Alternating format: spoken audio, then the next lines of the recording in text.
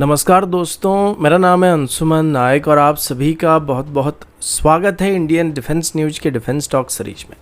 जहां पर हम रोज़ नए नए डिफेंस अपडेट्स के बारे में बात करते हैं। तो चलिए देर ना करते हुए आज की वीडियो शुरू करते हैं।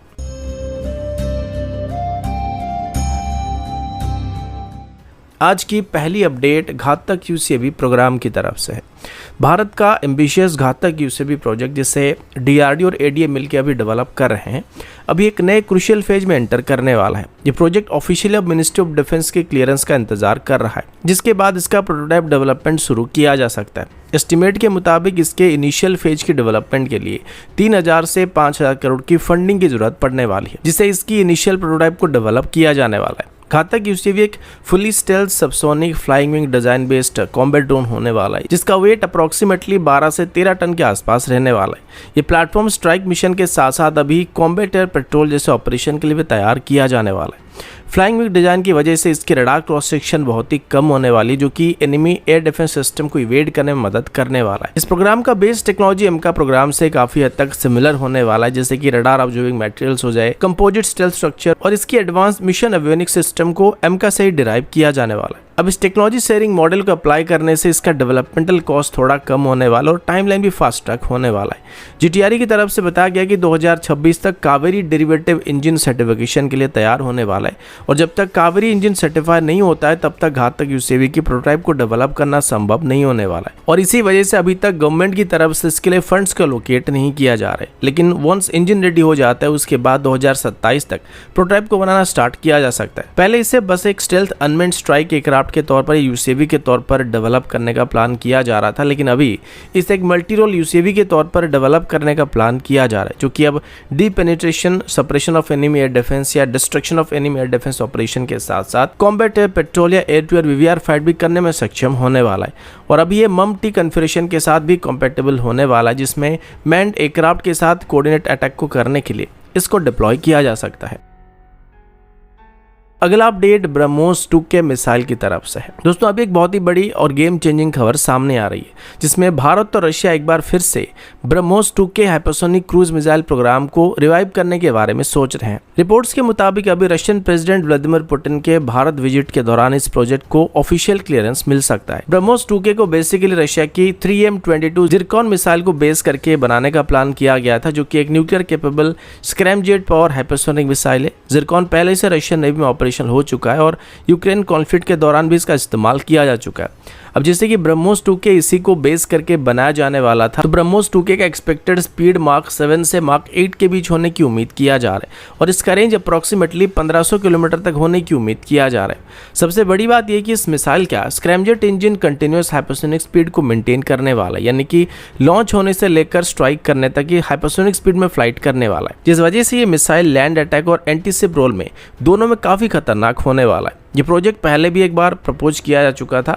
और तकरीबन 10 साल पहले ब्रह्मोस एरोस्पेस और रशिया के बीच इसको लेके बातचीत करना स्टार्ट किया गया था, लेकिन उस वक्त ये बातचीत थोड़ा आगे नहीं बढ़ पाया था, क्योंकि रशिया की तरफ से अपनी हाइपरसोनिक टेक्नोलॉजी को भारत के साथ शेयर करने से मना कर दिया गया था। और तब ब्रह्मोस 2K का जो यूनिट कॉस्ट प्रेडिक्ट किया गया था, एक्सपेक्ट किया जा रहा था, उसको लेके इंडियन फोर्स हमारा खुश नहीं था, जिस वजह से इसको आगे बढ़ाया नहीं गया था। लेकिन अभी सिचुएशन थोड़े बदल चुके हैं। रशिया पे अभी वेस्ट की सैंक्शन के बाद वो अभी भारत के साथ कोलैबोरेशन करने के लिए राजी हो रहा है। साथ ही भारत भी 2016 में missile technology control regime group में मेंबर बन चुका है, जिस वजह से अभी लॉन्ग रेंज हाइपरसोनिक मिसाइल की टेक्नोलॉजी को भारत के साथ शेयर करना संभव होने वाला है। अप्रैल 2025 में डीआरडीओ की तरफ से अपनी इंडिजिनस स्क्रैमजेट इंजन का भी 1000 सेकंड से ज्यादा तक ग्राउंड ट्रायल को सक्सेसफुली कंप्लीट किया गया था, क्योंकि अपने आप में एक और रिकॉर्ड है। ब्रह्मोस एरोस्पेस के former CEO doctor Sudhir Kumar Mishra की तरफ से बात बताया गया था कि ये इंडिजिनस स्क्रैमजेट टेक्नोलॉजी, जिसको अभी रिसेंटली टेस्ट किया गया था, ये ब्रह्मोस 2K में भी इंटीग्रेट किया जा सकता है, जिससे हमारा रशिया के ऊपर डिपेंडेंसी काफी कम हो जाएगा, और ये हमारी मेक इन इंडिया इनिशिएटिव को भी सपोर्ट करने वाला है। और अभी भारत के पास कुल मिलाकर ब्रह्मोस 2K को डेवलप करने के लिए जिरकॉन मिसाइल की टेक्नोलॉजी के अलावा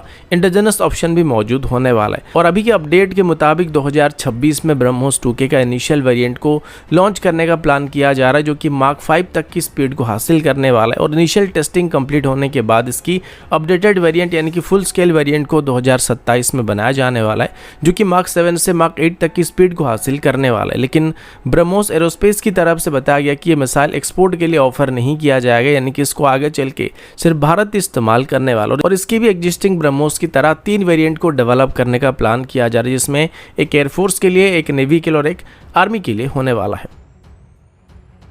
अगला अपडेट इंडियन नेवी के LCA नेवल ट्रेनर प्रोग्राम की तरफ से है। रिसेंटली एक दिन पहले ही मैंने आपको बताया था कि अभी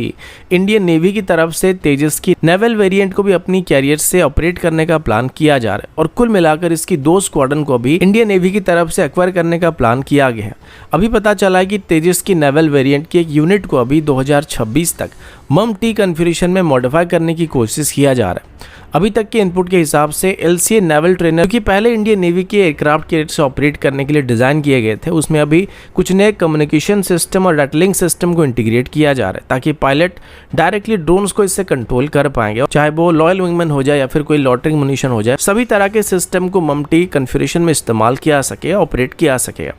MUM-T का मतलब होता है कि ऐसा बैटलफील्ड एनवायरनमेंट जहां पे एक पायलट मल्टीपल अनमैन्ड ड्रोन को साइमल्टेनियसली कंट्रोल करके सर्वेलेंस, प्रिसिशन स्ट्राइक या फिर इलेक्ट्रॉनिक वारफेयर जैसे मिशन को एग्जीक्यूट कर सकता है। ये कॉन्सेप्ट अभी दुनिया भर में काफी पॉपुलर बन चुका है, और स्पेशली यूनाइटेड स्टेट और चाइना जैसे देश की तरफ से भी इस पर काफी हेवी रिसर्च एंड डेवलपमेंट किया जा रहा है। इनिशियली MUM-T कॉन्फ़िगरेशन को सिर्फ इंडियन एयरफोर्स की तरफ से ही ऑपरेट करने का प्लान किया गया था, लेकिन अभी नेवी की तरफ से भी इसे अपनी सर्विस में शामिल करने का प्लान किया जा रहा है। नेवी की तरफ से भी अपनी एयर विंग के साथ साथ अपनी अंडर वाटर फ्लीट में भी MUM-T कॉन्फ़िगरेशन को इंटीग्रेट करने का प्लान किया जा रहा है। अब वापस तेजस की नेवल वेरिएंट के बारे में बात करें तो LCA नेवल ट्रेनर में पहले से ही जनरल इलेक्ट्रिक 404 सीरीज का इंजन, डिजिटल कॉकपिट और नेवल ऑपरेशन के लिए जरूरी स्ट्रक्चरल स्ट्रेंथ भी मौजूद है, जो कि इसे नेवल प्लेटफॉर्म से MUM-T सिस्टम को टेस्ट करने के लिए परफेक्ट टेस्ट बेड बनाने वाला है। सोर्सेज के मुताबिक इसकी ट्रायल को 2026 में गोवा के शोर बेस टेस्ट फैसिलिटी से करना स्टार्ट किया जाने वाला है, और इसके अलावा आगे चल के एयरक्राफ्ट कैरियर ट्रायल के दौरान इसको अरेबियन सी या बे ऑफ बंगाल में भी ऑपरेट करने का प्लान किया जा रहा है, जहां से लाइव एनवायरनमेंट में MUM-T सिस्टम को ऑपरेट किया जाएगा। अगला अपडेट गुड़गांव बेस्ड एनाड्रोन सिस्टम की तरफ से। अभी हाल ही में एनाड्रोन सिस्टम की तरफ से अपनी कटिंग एज अवेयर ड्रोन का एक स्पेशल वेरिएंट को डिस्प्ले किया गया था, जो specially anti radar decoy swarming operation के लिए डिज़ाइन किया गया है, यानी कि दुश्मन की एडवांस एयर डिफेंस सिस्टम को टारगेट करने के लिए इसका इस्तेमाल किया जा सकता है। इस ड्रोन का मेन मकसद दुश्मन की रडार सिस्टम को स्वाम टैक्टिक्स से ओवरलोड करने का होने वाला है, ताकि इंडियन एयरफोर्स के हाई वैल्यू एसेट जैसे कि रफाल हो जाए, Su-30 हो जाए, फ्यूचर में MK या तेजस MK2 जैसे एयरक्राफ्ट हो जाए, वो दुश्मन की एयर स्पेस में घुस के एयर ऑपरेशन को कंडक्ट कर पाएंगे। यूक्रेन और रशिया के वॉर के दौरान भी इस तरह की ड्रोन स्वाम का ऑपरेशन हमको देखने को मिला था, जहां दुश्मन की रडार्स को स्वाम ड्रोन की मदद से डिस्ट्रॉय किया गया था, और ऑपरेशन सिंदूर के दौरान भी सेम टैक्टिक्स इंडियन एयरफोर्स की तरफ से अप्लाई किया गया था।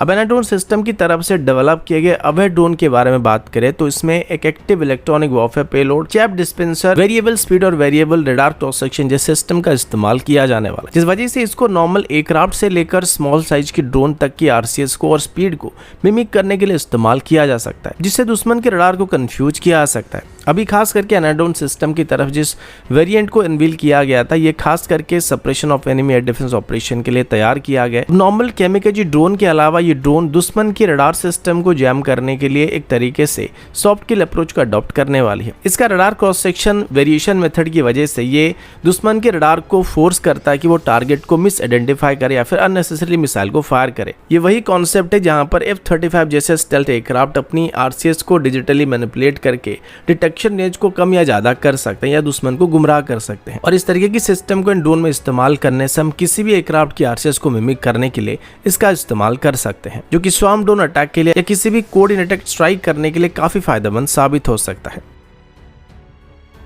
अगला अपडेट भारत डायनामिक लिमिटेड की तरफ से। Hyderabad based Bharat dynamic limited की तरफ से अभी एक बहुत ही बड़ा डिफेंस कॉन्ट्रैक्ट को हासिल किया गया, जिसका वैल्यू अप्रॉक्सीमेटली 809 करोड़ के आसपास होने वाला है। यह ऑर्डर आर्मर्ड व्हीकल निगम लिमिटेड यानी कि AVNL की तरफ से दिया गया, और इसमें इंडियन आर्मी के लिए एंटी टैंक गाइडेड मिसाइल को एक्वायर करने की बात सामने आई है। अभी ऑफिशियली ये बात कंफर्म नहीं किया जा रहा कि इस डील में कौन सी एंटी टैंक गाइडेड मिसाइल को खरीदा जा रहा है, लेकिन इंडस्ट्री सोर्सेज के मुताबिक ये order Concor M missile system के लिए होने की उम्मीद किया जा रहा है। ये एक सेकेंड जनरेशन का anti tank guided missile system है, जिससे मैकेनाइज्ड इन्फेंट्री यूनिट इस्तेमाल कर रही है। स्पेशली इंडियन आर्मी के VMP-2M इन्फेंट्री कॉम्बैट व्हीकल्स में इसका इस्तेमाल किया जाता है। अब इन व्हीकल का मॉडर्नाइजेशन प्रोग्राम भी चल रहा है, जिसमें 693 VMP-2 व्हीकल को अपग्रेड किया जा रहा है। कॉन्कोर मिसाइल की रेंज के बारे में बात करें तो इसका रेंज 75 मीटर से लेकर 4000 मीटर तक हो सकता है और ये डे नाइट दोनों कंडीशन में आर्मर टारगेट को डिस्ट्रॉय कर सकता है और इवन ये एक्सप्लोसिव रिएक्टिव आर्मर को पेनिट्रेट कर सकता है। ये मिसाइल सिस्टम अभी भारत डायनामिक लिमिटेड की तरफ से रशिया के ओरिजिनल इक्विपमेंट मैन्युफैक्चर से लाइसेंस प्रोडक्शन के अंदर मैन्युफैक्चर किया जा रहा है। लेकिन खास बात यह है कि इसको काफी हद तक अभी इंडिजनाइज किया जा चुका है। पहले इसके लॉन्चर सिस्टम और टेस्टिंग इक्विपमेंट रशिया से इंपोर्ट होते थे, लेकिन अगस्त 2020 के बाद से भारत डायनामिक लिमिटेड की तरफ से इसकी सभी कंपोनेंट को पूरी तरह से भारत में बनाना स्टार्ट किया जा चुका है। इस ऑर्डर का एग्जीक्यूशन अभी नेक्स्ट 3 साल के अंदर किया जाने वाला है और इससे न सिर्फ इंडियन आर्मी की फायर पावर को बूस्ट मिलने वाला है, बल्कि मेक इन इंडिया और आत्मनिर्भर भारत मिशन को भी काफी बड़ा पुश मिलने वाला है। तो दोस्तों अभी के लिए इतना ही, मिलता हूं आपसे अगले वीडियो में, तब तक के लिए जय हिंद, वंदे मातरम।